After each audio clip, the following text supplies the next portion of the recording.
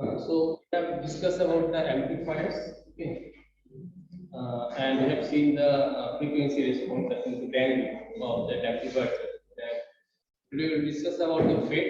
Okay, the FET means field effect transistor. Okay. So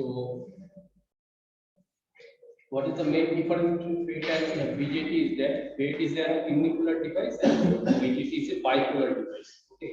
That means when you have studied about the BJT, you have seen that both electron and hole will take part for conducting the current inside the transistor. Okay.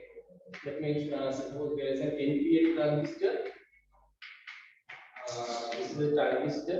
Those who are new, you can see. This is a NPN transistor. Okay. Three terminals are there: emitter, base, collector, and we bias this transistor such a way so that the current will flow inside the transistor and inside the transistor, and it can amplify the signal. Okay, so you are controlling the flow of current inside this transistor. That's how we operate the transistor. Okay, and for conducting the current, both electron and hole are taking part for the flow of the current. That means if electron is flowing, it's negatively charged. If electron is flowing in this direction from emitter to base, this is the emitter to base junction. Electron is flowing from emitter to base junction.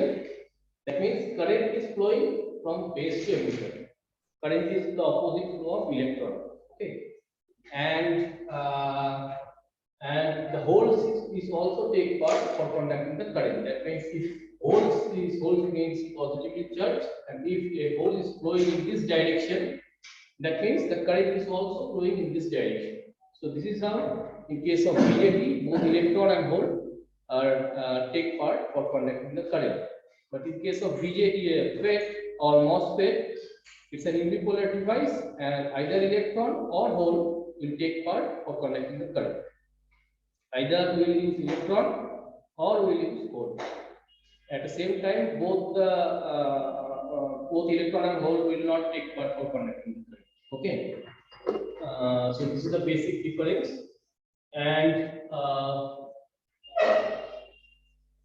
as I have already told that BJT is used to amplify the signal, and FET or MOSFET, these are the kind of transistors which are used as a switch. Okay, two application for transistor. Number one is as a amplifier, which can amplify the signal. We are giving a small input signal, and this transistor will amplify the signal. The same signal will be amplified. This is the purpose of BJT. Okay, and in case of FET or MOSFET, its main purpose is it can act as a switch. Okay, why we are using this FET as a switch? It's a wide range of application in case of digital electronics. Okay, the digital device like this computer, my laptop, mobile, whatever it is we are using, or it's a digital device, and the digital device deals with the binary number system. Okay, binary number system means either 0 or 1. Okay, so either 0 or 1. Practically, 0 means 0 volt, 1 means 5 volt. It can be 3 volt also, depending on our application. But when we are dealing with the digital device, it deals with zeros and ones, and zeros means 0 volt, 1 means 1 volt. Okay. So in case of analog signal can look like this one. It is a continuous signal. Its amplitude can be varied. Like here, the amplitude is much greater than this one.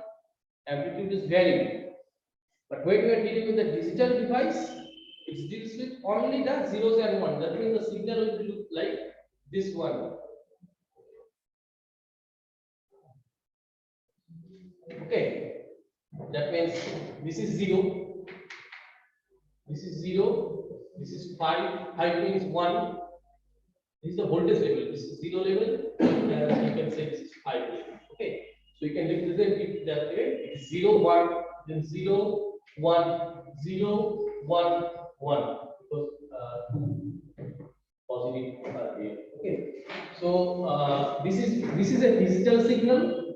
This is a digital signal, the signal which is used by the digital devices like these gadgets. Okay, and so you can see here that there is a shift between zeros and ones.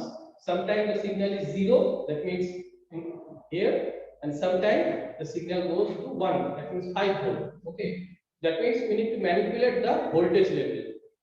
Okay, so that's how if we build a switch, we can manipulate the this voltage level, then we can operate with this kind of signals. Okay, so the MOSFET or FET is the device which can act as a switch. That means sometimes current will pass through the device, then it will be one. When the current is passing through the device, we will learn about the device, we will see the structure and working principle. So when the current is passing through the device, then it is 1, and when it's blocked when the FET or MOSFET block the flow of current and no current will flow through the device, then it is 0. Okay, so that's how we can generate a digital signal with the help of this transistor. These are the MOSFETs. Okay, so this is the application of switch, why we needed MOSFETs or FET. Now we will see the construction and working principle. You get to know how to operate. So, if you have any confusion on this topic, you can ask. Okay, because so many people said new one. See, you have new. Okay, see. So, just try to understand. If you face any issues, let me know. So. Say suppose we have taken a bar of a silicon, okay, and it is say suppose N-type bar. We have taken a bar which is an N-type bar. So the majority carrier here is electrons. N-type electron, P-type hole. Okay. So if it's an N-type bar, so majority carriers are electron. Okay. Now we have connected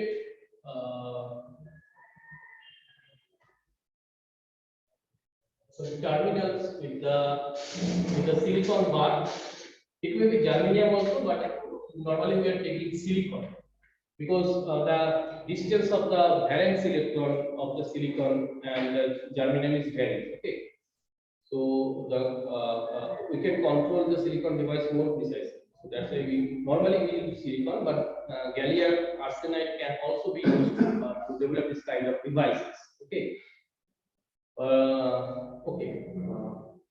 So we have connected two metallic contact in the N-type bar. So we can take two terminals from this side. So we have taken two terminals. We have taken a silicon here or N-type material. We have connected two terminals. Okay. Then again we will connect two metallic contact here and here. And again we have connected this two metallic contact. This is inside somewhere. This is how we have connected these two terminals. That means these two are shorted. This dotted line is representing that these two terminals are shorted. Okay. That means any current or voltage appears over here, it will appear over here also. Same. Huh? Now see.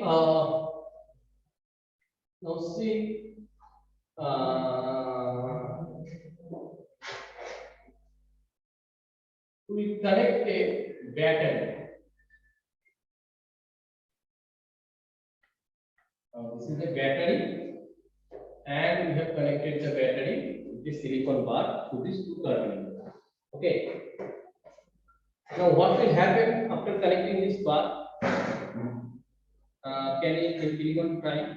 What will happen? It's the N-type material. We have connected a battery across the two N-type material. So, what will happen? This positive terminal will attract the electrons because electrons are negative. Okay, so the negative will attract this positive. So this electrons will be attracted by this positive terminal. Okay, so that this electron will have a tendency to move in this direction, and this negative terminal will repel these electrons. So these electrons will have a tendency to go in this direction. Okay, so there will be a path through which the current can flow. If we connect a battery, then the current will flow in this direction because the opposite flow of electron is current. So this is the flow of electron and this is the direction of current. Okay. For this case, this is the direction of electron. So this will be the direction of current. So this is how the current is flowing. When we have just attached the battery across the entire across this semiconductor material. Okay.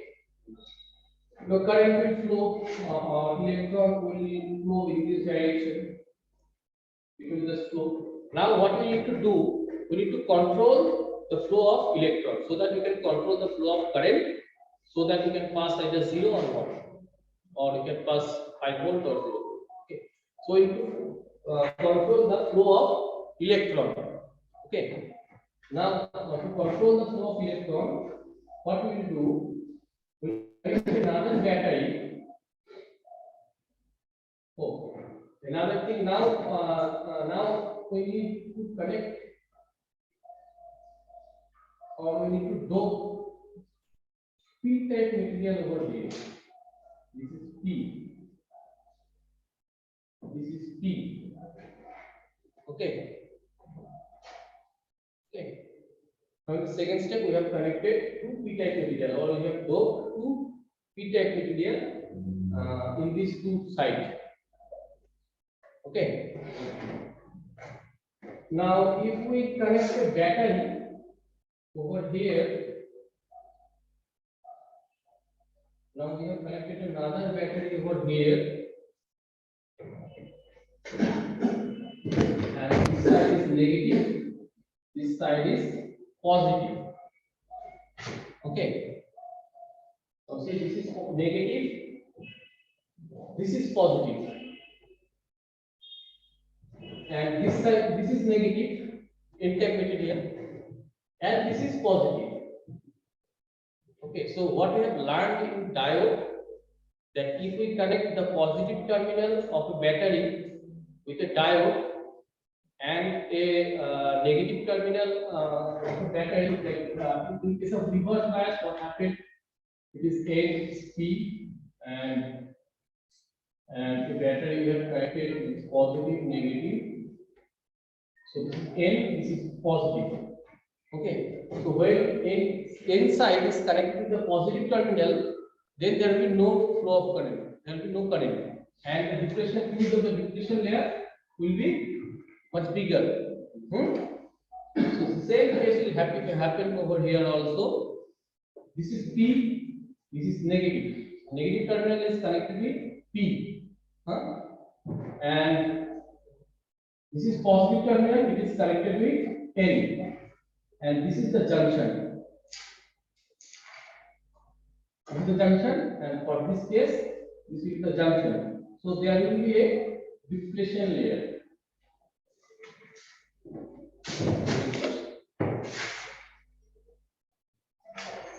There will be a depletion layer.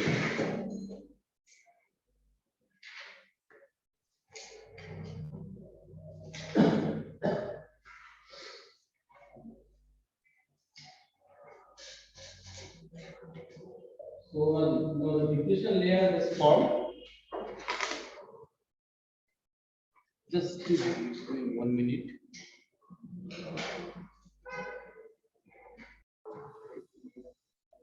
So now when we will connect this device with two battery, this depletion layer will form. This depletion layer will form.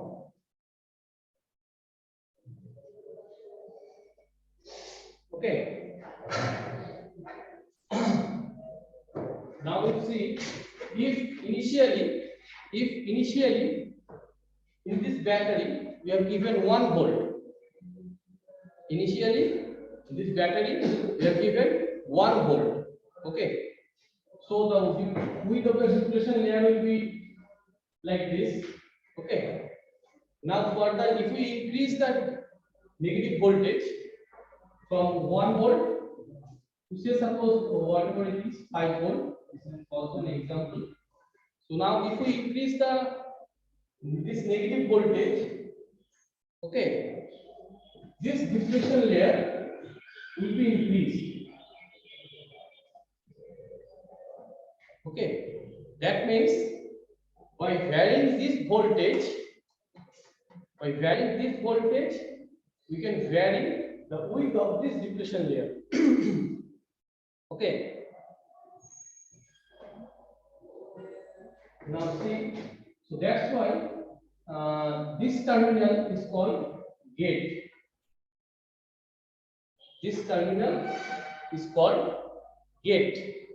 Okay. And you can see here with this terminal, the electron are draining out from this bar.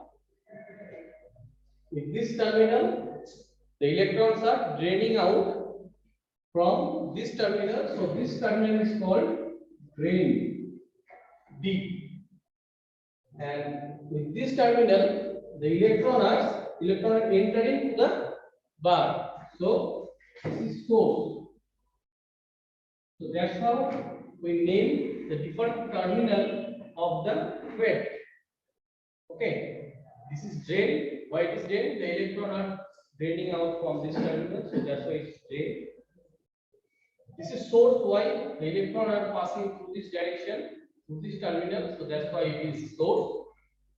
And with this terminal, by varying this voltage, we can control the width of the depletion layer.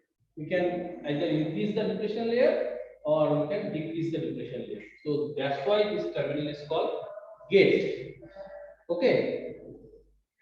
Now we get to know that if we want to pass more number of current or more number of electron, then we should reduce this depletion layer.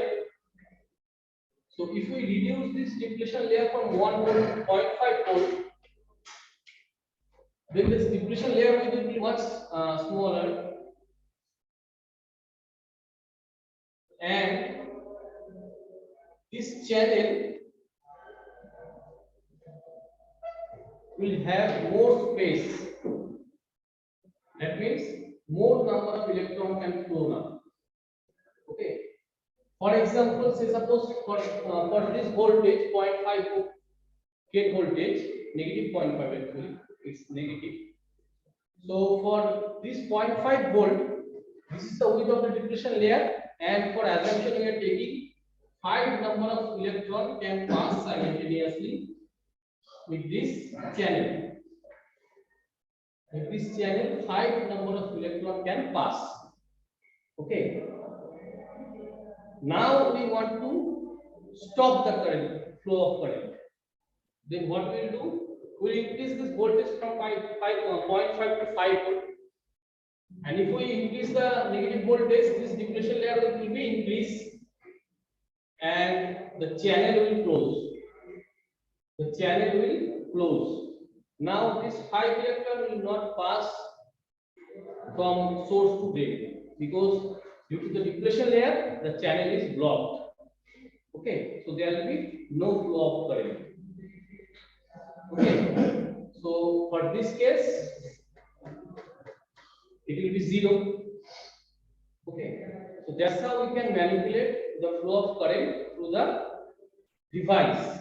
And you can see only electron, in this case, only electron are taking part to conduct the current. Okay, so that's why it's a unipolar device. Okay. With this concept, the MOSFETs are being developed. Okay. So this is clear now how it's operating FET. If it is clear, then MOSFET is also very easy.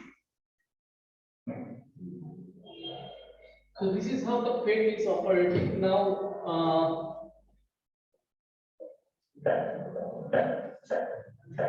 We will see the structure of MOSFET. There are two types of MOSFETs are there. Number one is depletion type MOSFET. Number two is enhancement type MOSFET. Okay, depletion type MOSFET and enhancement type MOSFET. So what will be the difference? We'll see the structure only because this will not appear in your exam. Okay. So exam will be MCQ pattern. So this working principle will not be clear, but you need to know the concepts. Okay, that's why I'm telling. So you need to know how it's operated. Viva. I don't know what this is. Actually, you don't have any lab for this subject. So maybe there will be no Viva. So only online exam here.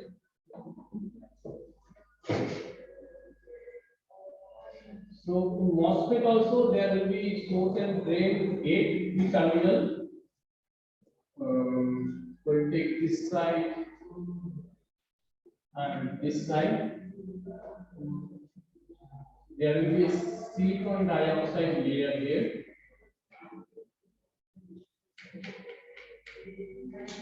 This is basically silicon dioxide. This layer. This is the metallic contact.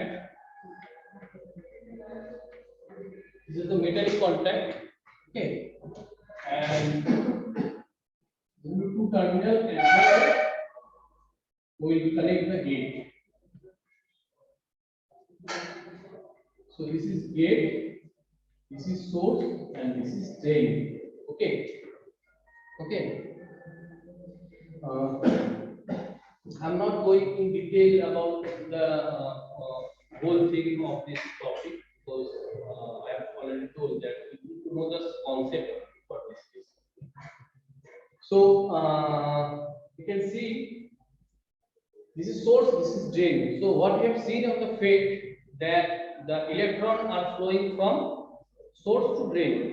It's entered through source and exit from drain. So the electron will enter through source to the device. This is the substrate. N-type substrate, let's suppose. Substrate. So substrate. So when electron will enter to this source, and it will have a tendency to move out from the drain. Okay, but as there are no channels there, so this electron will be unable to flow from source to drain because there is no channel or there is no path for the electron to pass. Okay, so that's why we need to develop a channel. We need to develop a channel, and with the help of this gate terminal, we will develop this channel. Okay, now if we give positive voltage to the gate terminal, then you can see this is a silicon dioxide layer, so it's an insulating layer. So the current will not flow from gate to substrate. It will obstruct the flow of current. This silicon dioxide layer. Okay, it will block the flow of current, but there will be a voltage. In this terminal, there will be a voltage, and due to this positive voltage, the electrons will attract here. So we will take here p-type substrate. Okay, we'll take here p-type substrate. Okay, and the magnetic areas are electron, not magnetic area. Here the magnetic areas are electron and the magnetic areas are holes.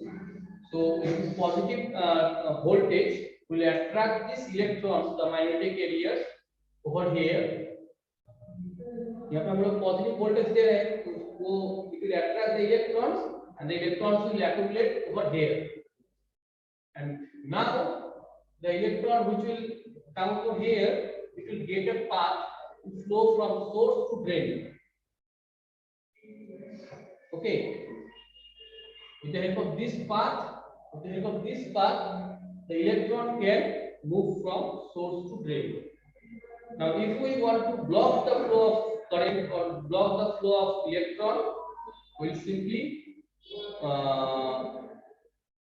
vary this voltage so that this layer can be either thicker or smaller as per our requirement. So that's how we can manipulate the flow of current through the device. Okay, so this is the basic construction and operation of enhancement type MOSFET. Why it is called enhancement? Because we have enhanced this channel. Initially there was no channel, and with the help of this gate voltage, we have enhanced the this channel. So that's why it is an enhancement type MOSFET. Another type of MOSFET is there, which is called depletion type MOSFET. For that case, there will be a channel from the beginning. There will be a channel from the beginning. Okay, and for this case, we create a depletion layer over here. So that's why it's called depletion type MOSFET. Okay, we create a depletion layer over here with the help of this gate voltage, and by varying the gate voltage, we can vary the width of the depletion layer. Either we can increase the depletion layer up to this point, or we can decrease the depletion layer. Okay, it's totally dependent on the gate voltage. It's totally dependent on the gate voltage. So by varying the gate voltage, we can manipulate the channel depletion layer. Okay. So as we are varying the depletion layer, so that's why it's called depletion type MOSFET. Okay. So that's why it's called depletion type MOSFET. So these are the two basic types of MOSFETs are there.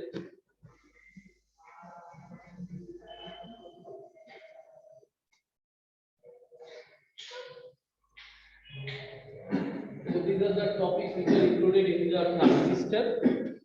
And now we'll move towards the op amp. Okay, I'll just start the op amp today. Okay, and actually there are so many topics that there in op amp.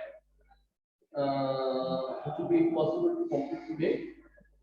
So I'll just give you a basic idea what is op amp. Okay, so the op amp is basically comes with an IC form. Okay, it's called operational amplifier. Op amp means operational amplifier. The full form of op amp is operational amplifier. Okay, so what op amp do? It can perform so many types of mathematical operations. Like you can do addition, you can add to voltages, you can perform subtraction, logarithm, then anti-log. So there are so many mathematical operators are there, and with the help of this op amp, we can perform that mathematical operation. Okay. The op amp can be used as a wave shaping circuit also. Wave shaping circuit means we can generate different type or different shape of signal with the help of this op amp. Okay, that means we are using a circuit which needs a triangular wave. Triangular wave means this one. This waveform looks like a triangle, so this is a triangular wave. So, so in a real practical application, sometimes we needed this kind of signals. That we for this circuit we needed a triangular wave, or for another circuit we needed triangular square wave.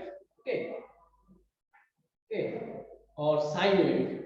So this op amp helps us to generate this kind of signals. Okay.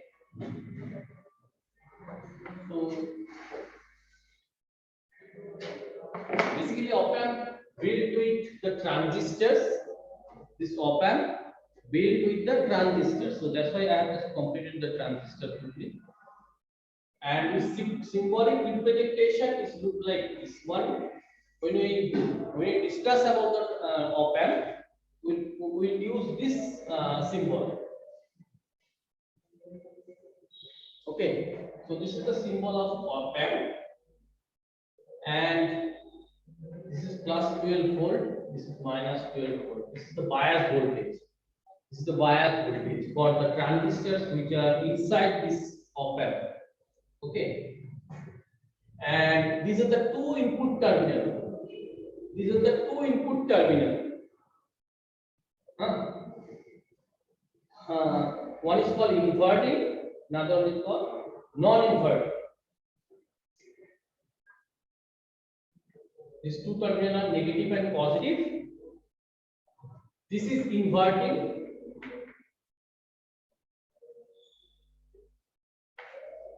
and this is non-inverting.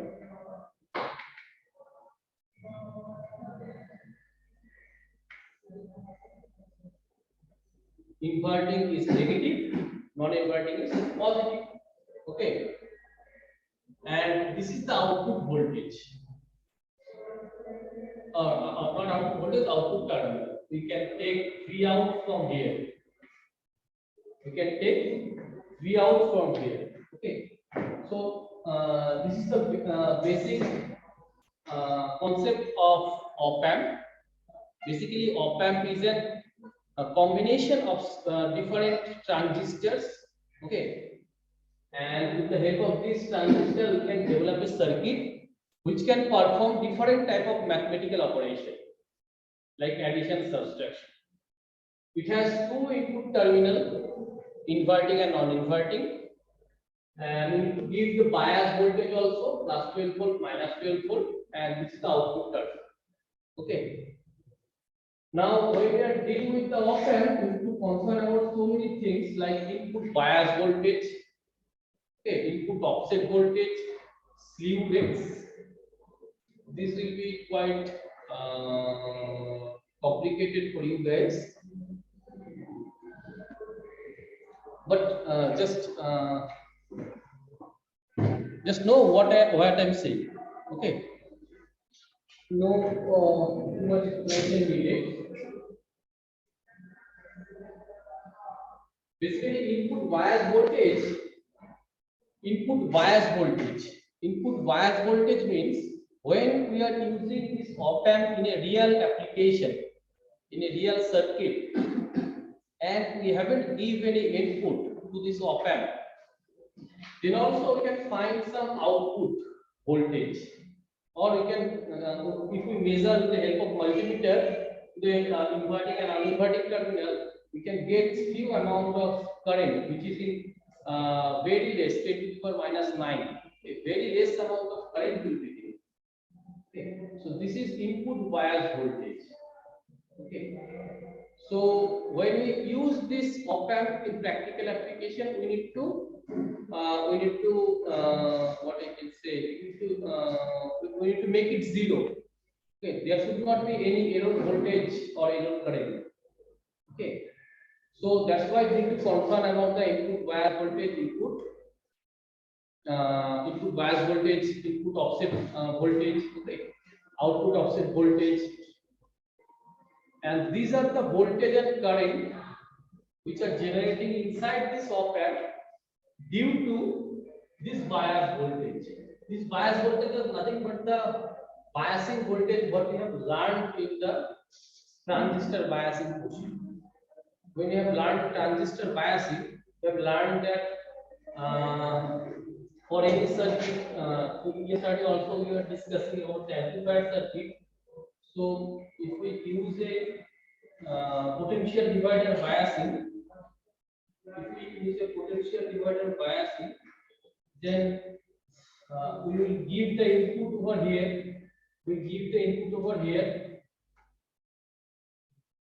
This is the input signal which we need to amplify, and these are the terminals from where we will take the output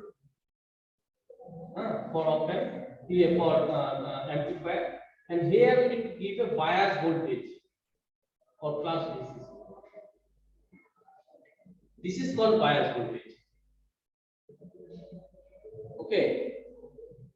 This bias voltage is represented here as +12 or -12 because this op amp is this is the symbolic representation of op amp, but practically inside this op amp there are so many transistors are there which are connected together to perform our operation or task, whatever we need to perform. Okay, and due to this bias voltage, there are some current and voltage which are appeared in the input terminal and the output terminal, which are called input bias voltage and input offset voltage or output bias voltage. Okay. So when we use the op amp, we need to equalize this voltage and current. We need to minimize this. No, we need to make it zero so that there should be no error. Okay. So these are the things we need to learn, and then we need to confirm about the slew rate also. Slew rate is the rate of change of voltage in accordance with the time. That means we are seeing a single op amp here. When we use this op amp in real application, like inside this mobile, there may be thousands of op amp. Okay, these are the devices which are very small size. Okay, so we need to concern about the slew rate also, because it depends. It helps us to understand that how fast the device working. Okay, that means how fast the output is acting in accordance to the input. That means we are giving, suppose, input whatever it is.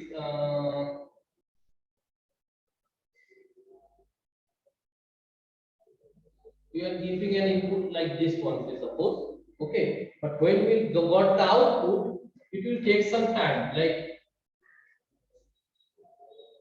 this one. So these are the axis of time, and this is the axis of voltage. In electronics, you should remember always that this axis always represents the voltage, and this axis always represents the time.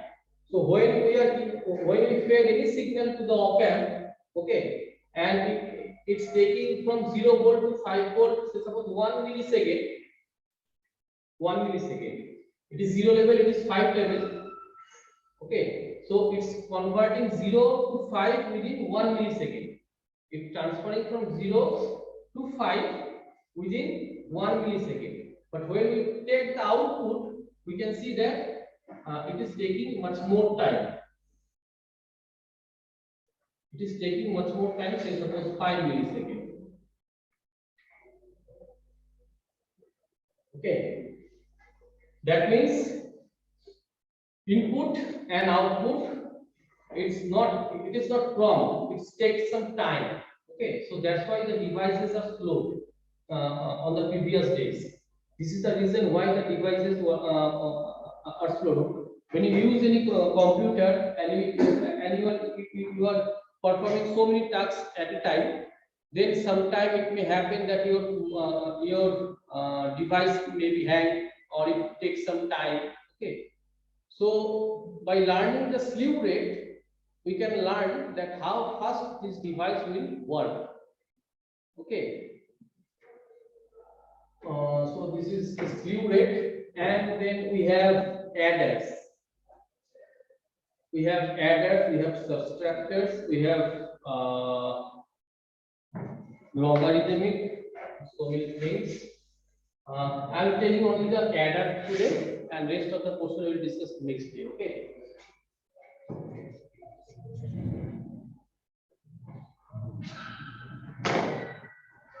So the circuit diagram for adder will be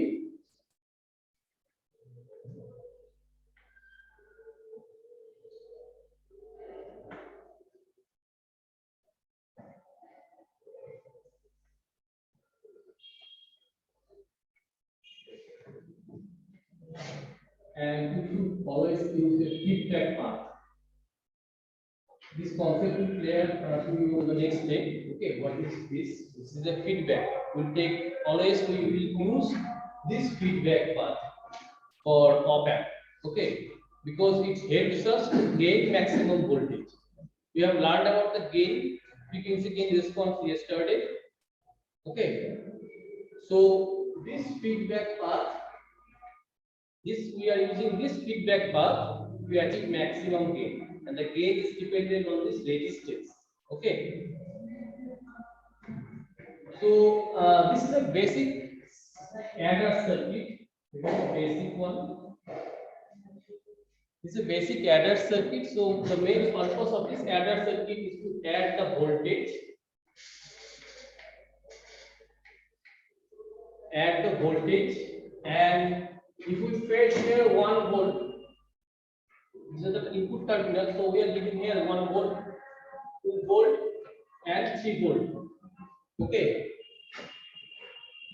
and this is the resistance. If we keep all the resistance like R1, R2, R3, and RF.